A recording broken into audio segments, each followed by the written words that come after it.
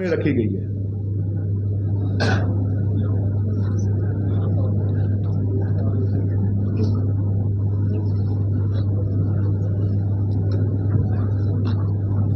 साथ में पूरे देश में युवाओं को रोजगार देने के लिए 4 करोड़ 1 लाख युवाओं को रोजगार अगले 5 सालों में मिले, इसके लिए सरकार ने 1000 इंडस्ट्रीज को आइडेंटिफाई किया है, जिस इंडस्ट्रीज में 2 करोड़ लोगों को प्रशिक्षण दिया जाएगा और उस प्रशिक्षण में 12 महीने तक 5000 रुपये महीना उनको उपलब्ध करवाया जाएगा।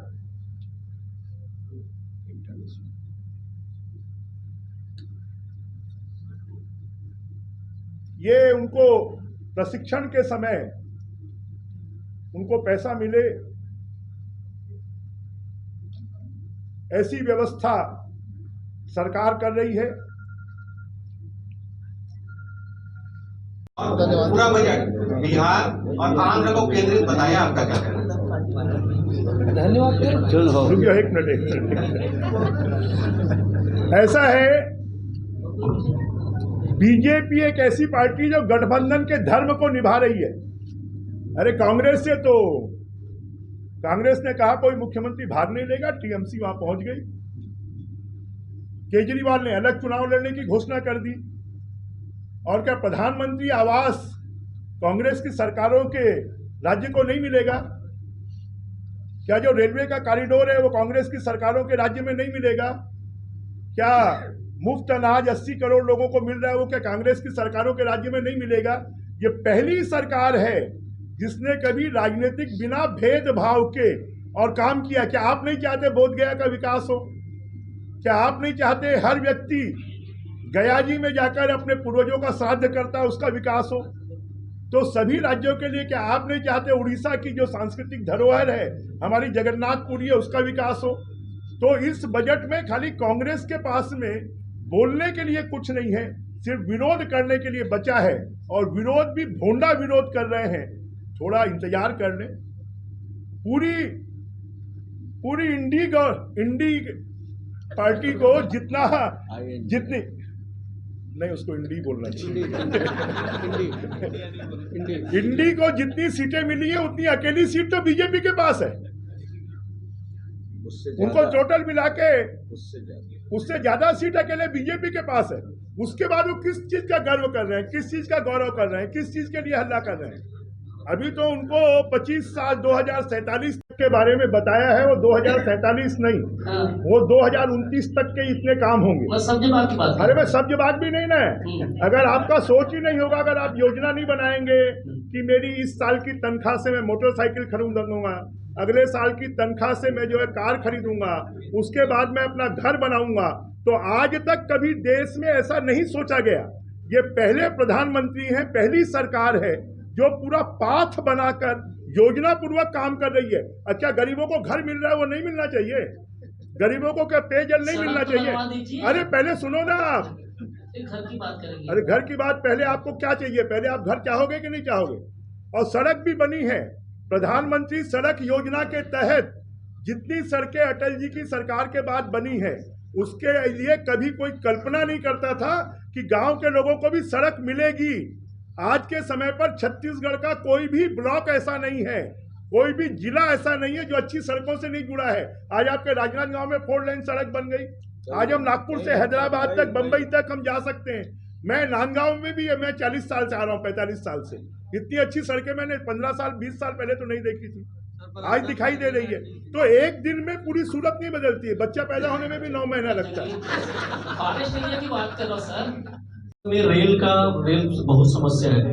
वो सांसद संतोष पांडे जी लगातार मांग उठाते हुए अब आप पहुंचे हैं केंद्र में, तो रेल के मामले में छत्तीसगढ़ को कितना लाभ मिलेगा? बहुत लाभ मिलेगा। आप देखिए कि जितनी तेजी से छत्तीसगढ़ में रेलवे का विकास हो रहा है, पहले सिंगल लाइन थी, अब डबल लाइन हुई, फिर तीसरी लाइन हुई, अब चौथी लाइन बिस रही है। और धीरे धीरे कर चौथी लाइन जब विकास होता है, जब कोई नई चीज बनती है, पुरानी चीज को तोड़कर तो कहीं ना कहीं थोड़ी सी तकलीफ होती है, परंतु आज आप देखिए सब चीजें रेगुलर हो गई हैं और आने वाले समय पर छत्तीसगढ़ में रेल के मामले में लगभग 7,000 करोड़ रुपए तो इस बजट में रेल के लिए छत्तीसगढ़ के लिए व्यवस्था की गई है और भी आने वाले समय पर आवश्यकता होगी तो उसकी भी व्यवस्था होगी, सर दिखाई देगा। और छत्तीसगढ़ में तो गैस का सिलेंडर 500 रुपए में आपको अगले 1-2 महीने में मिलना शुरू हो जाएगा। सभी को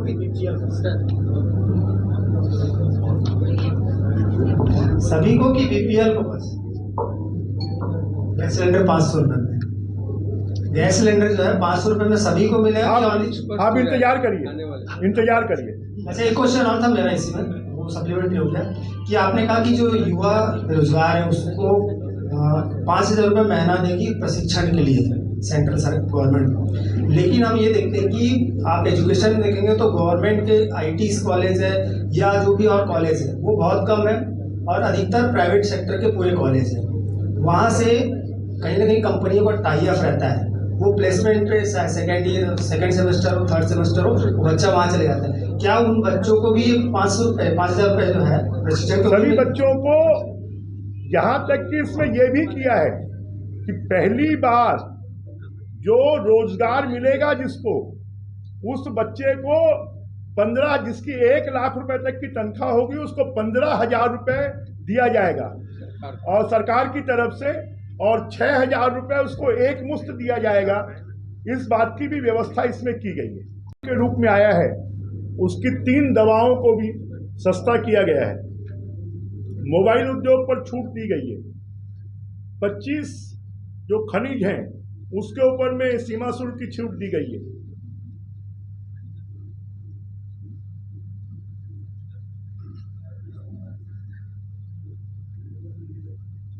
और शहरों के लिए प्रधानमंत्री आवास बनाने के लिए 10 लाख करोड़ रुपए की व्यवस्था की जा रही है, जिसमें 2.5 लाख करोड़ सरकार का होगा, केंद्र सरकार का, राज्य सरकार का पैसा होगा और इसमें लगभग 10 लाख रुपए तक का घर जो मीडियम क्लास, लोअर क्लास के लोग लेना चाहें उनको सस्ते दर पर लोन उपलब्ध करवाया जाएगा। तो ये एक शहरों में जो झुग्गी झोपड़ी की बहुत बड़ी समस्या है उसके समाधान के लिए बहुत बड़ा काम होगा कि हर गरीब पक्के मकान में रह सके। इसी प्रकार 100 शहरों के विकास के लिए, जहां पर सड़क की व्यवस्था, साफ सफाई की व्यवस्था, जल निकासी की व्यवस्था और वहां पर अच्छे फूड स्ट्रीट बनाए जाएंगे जो कि हाइजीनिक भी हो, जिसके माध्यम से लोगों को हाइजीनिक फूड उपलब्ध हो और ऐसे स्थान उपलब्ध हों जहां पर लोग विश्वास के साथ में बिना डर भय के जाकर खा सकें। इसी प्रकार से 30 लाख की आबादी वाले 14 शहरों को पूर्णतः विकसित किया जाएगा। मुझे लगता है कि उसमें हमारे छत्तीसगढ़ की राजधानी रायपुर भी शामिल हो जाएगी। और एक सबसे बड़ा, अभी तक हम आईटी सुनते थे, मोदी जी की सरकार ने डिजिटलीकरण, इसके माध्यम से जो ग्रामीण 6 करोड़ किसानों के जितने भी जमीनों के रिकॉर्ड हैं उनका डिजिटलीकरण किया जाएगा, साथ में शहरों का भी, जिससे कि जो जमीनों के विवाद होते हैं उसको समाप्त किया जा सके। और इस दृष्टि से अगर हम देखेंगे तो हमारा जो मोदी 3 में जनता ने मोदी जी को बहुमत के साथ में एनडीए सरकार का मुख्यमंत्री बनाया है, प्रधानमंत्री बनाया है। और हम देश की जनता को भी बधाई देते हैं, धन्यवाद देते हैं कि देश के इतिहास में 62 सालों के बाद ऐसा कोई प्रधानमंत्री है जो तीसरी बार प्रधानमंत्री बना है और जिन्होंने देश की तस्वीर और तकदीर बदली है, देश का मान सम्मान और स्वाभिमान बढ़ाया है पूरे विश्व में, और लगातार योजना पूर्वक बजट में व्यवस्था कर देश के आम आदमी के जीवन को आसान बनाया है। और इसलिए इस बजट के लिए हम मोदी जी को, निर्मला सीतारमण जी को, एनडीए सरकार को बधाई देते हैं। और इस बजट में 11 लाख करोड़ 11,000 करोड़ की व्यवस्था इस बजट में की गई है। और बुनियादी ढांचे की परियोजनाओं के लिए इस बजट में 1,50,000 करोड़ की व्यवस्था अतिरिक्त की गई है।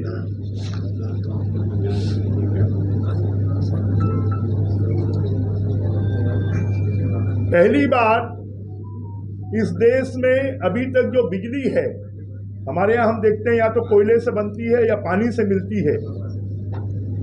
अब बिजली जो है वो लोगों को परमाणु के माध्यम से भी मिले, इसके लिए निजी क्षेत्रों के माध्यम से परमाणु बिजली घर की स्थापना की जाएगी, जिससे कि हमारे पर्यावरण को सुरक्षित रखा जा सके, ग्रीन एनर्जी लोगों को मिल सके और देश में ऊर्जा के माध्यम से विकास हो सके।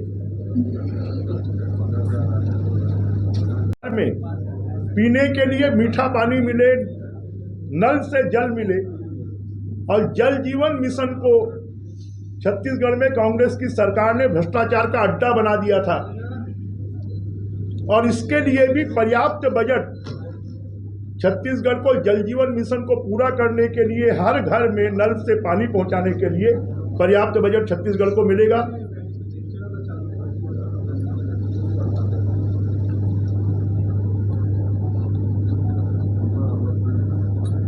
जो मुद्रा ऋण है वो जवानों को मिलता था, जिसमें 10 लाख की सीमा थी, उसको बढ़ाकर 20 लाख रुपए कर दिया गया है। इससे हमारे नौजवानों को नया व्यवसाय शुरू करने के लिए 20 लाख रुपए तक का ऋण बिना किसी गारंटी के मिलेगा।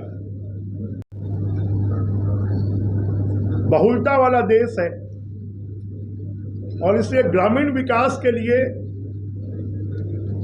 2,66,000 करोड़ रुपए की व्यवस्था इस बजट में की गई है।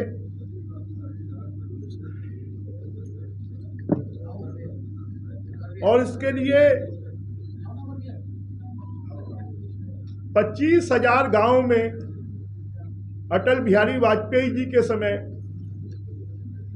ग्रामीण सड़कों के निर्माण की प्रक्रिया शुरू हुई थी और उसको आगे बढ़ाते हुए 25,000 गांवों को सभी मौसम में जिन सड़क पर आवाजाही हो सके, ऐसे 25,000 गांवों को प्रधानमंत्री सड़क से जोड़ा जाएगा।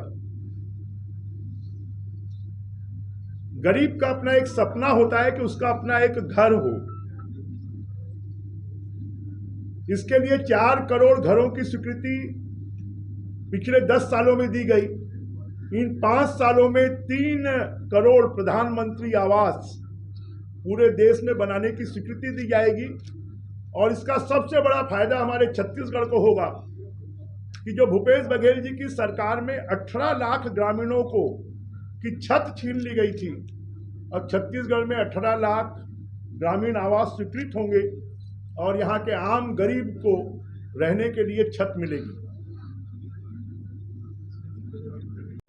काम करने की अच्छी परिस्थितियां मिले, इसके लिए महिलाओं के लिए हॉस्टल बनाए जाएंगे,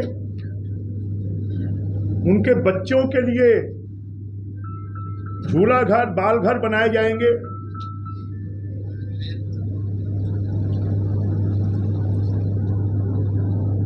जो कार्यशील महिलाएं हैं,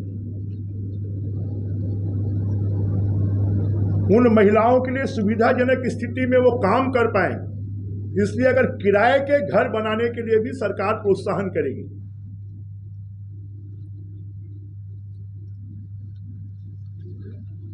रोजगार और कौशल के विकास के लिए आज सबसे बड़ी अगर कोई समस्या है तो युवाओं के रोजगार की है। इसके लिए बजट में 1,48,000 करोड़ रुपए की व्यवस्था की गई है। उसमें उनको शिक्षा, रोजगार और कौशल विकास,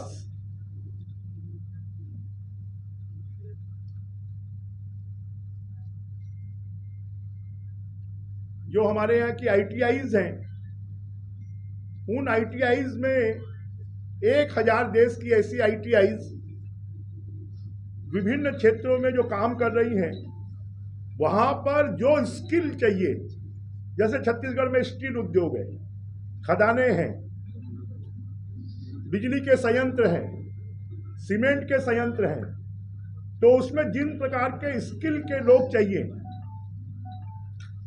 उसके लिए 20 लाख युवाओं को प्रशिक्षण पूरे देश में दिया जाएगा।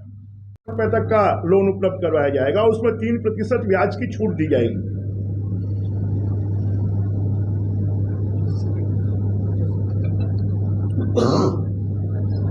इसके साथ में कृषि के लिए इस बजट में 1,52 करोड़ रुपए की, 1 लाख मतलब 1 लाख करोड़ और 52,000 करोड़,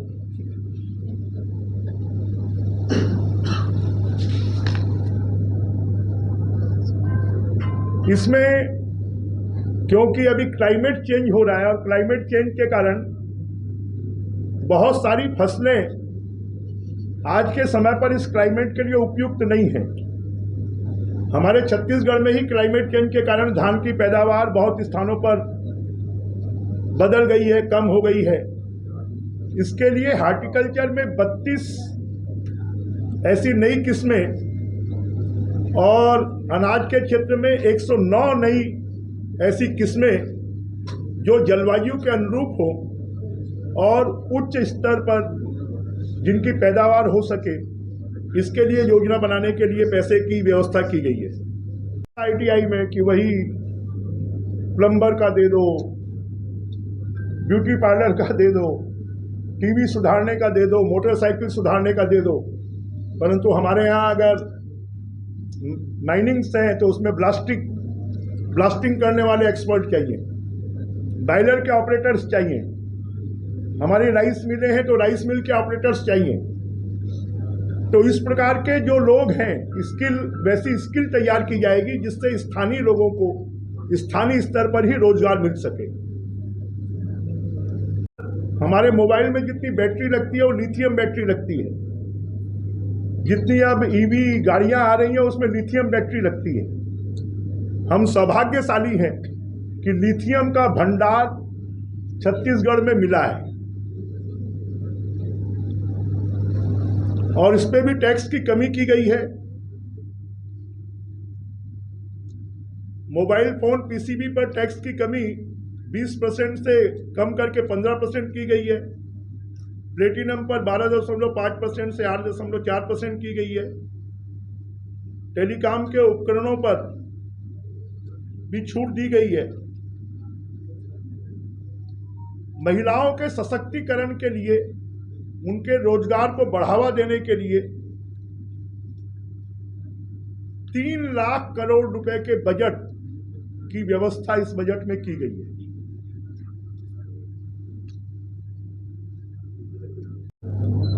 पहली बार मध्यम वर्गीय परिवारों की चिंता की गई है।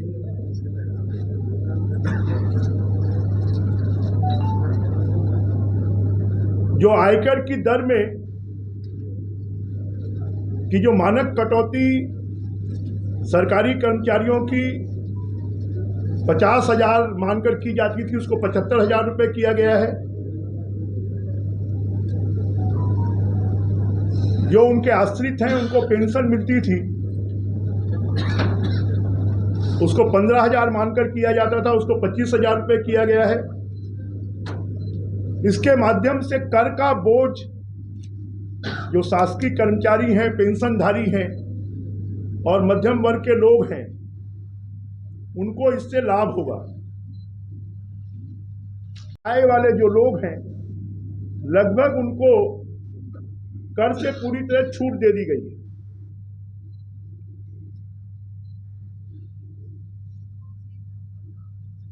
व्यापार व्यवसाय को आगे बढ़ाने के लिए जो कैपिटल गेन है उसकी भी सीमा बढ़ाई गई है। अभी तक हम ये मानते थे कि जब कोई व्यापार व्यवसाय करता है वो तेजी से बढ़ता है तो उसको तेजी से लोन मिलता है, परंतु पहली बार इस बजट में एमएसएमई के लिए कि अगर वो घाटे में जाएंगे, उनको नुकसान होगा, तो उनके कारणों का पता कर अगर वो सही कारण होंगे तो घाटे में जाने वाले उद्योगों को भी, एमएसएमई के उद्योगों को भी सहायता उपलब्ध करवाई जाएगी।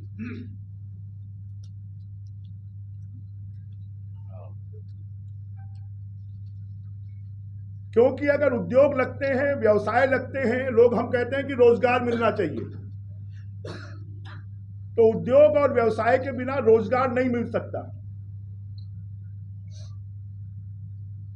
और इसलिए बहुत से उद्योग व्यवसायों के लिए जो कच्चे माल का आयात होता है, फिनिश गुड का निर्यात होता है, उसमें सीमा शुल्क की भी छूट इसमें दी गई है।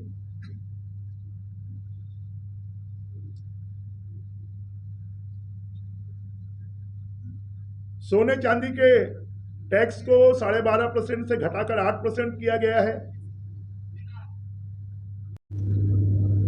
पिछले 11 सालों से जो बजट आ रहा है वो बजट संपूर्ण भारत के विकास का बजट होता है।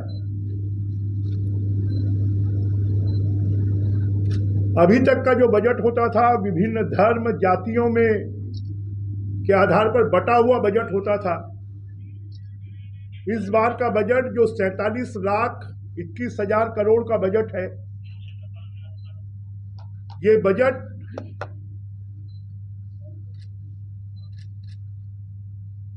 देश के गरीबों का बजट है, देश के अन्नदाताओं का बजट है,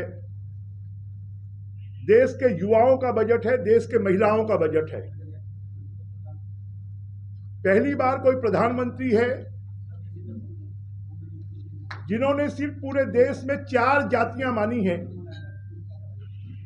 गरीब, अन्नदाता, किसान, युवा और महिला।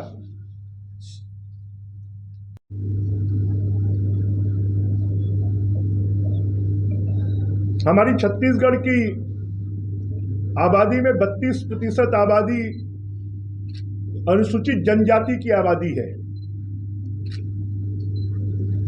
पहली बार बजट में 65,000 अनुसूचित जनजाति के गांव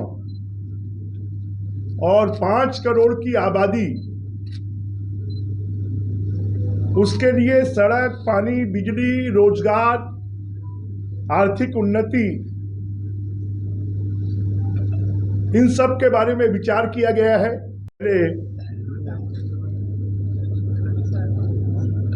मोदी जी के नेतृत्व में चलने वाली एनडीए सरकार का बजट आया है। ये बजट भारत को सशक्त भारत बनाने वाला, भारत को शक्तिशाली भारत बनाने वाला, भारत को आत्मनिर्भर बनाने वाला और भारत को विकसित भारत बनाने वाला बजट है। अभी तक जितने भी बजट आते थे उन बजटों में घोषणाएं होती थी, परंतु मोदी जी के आने के बाद से ये 11वां बजट है। जिन बातों को भी बजट में कहा गया है उनको पूरा किया गया है। ये पहली सरकार है जो सरकार जिन बातों की घोषणा करती है उसको पूरा करती है। अभी तक का जो बजट होता था 2014 के पहले का बजट, वो बजट टुकड़ों टुकड़ों में बटा हुआ होता था।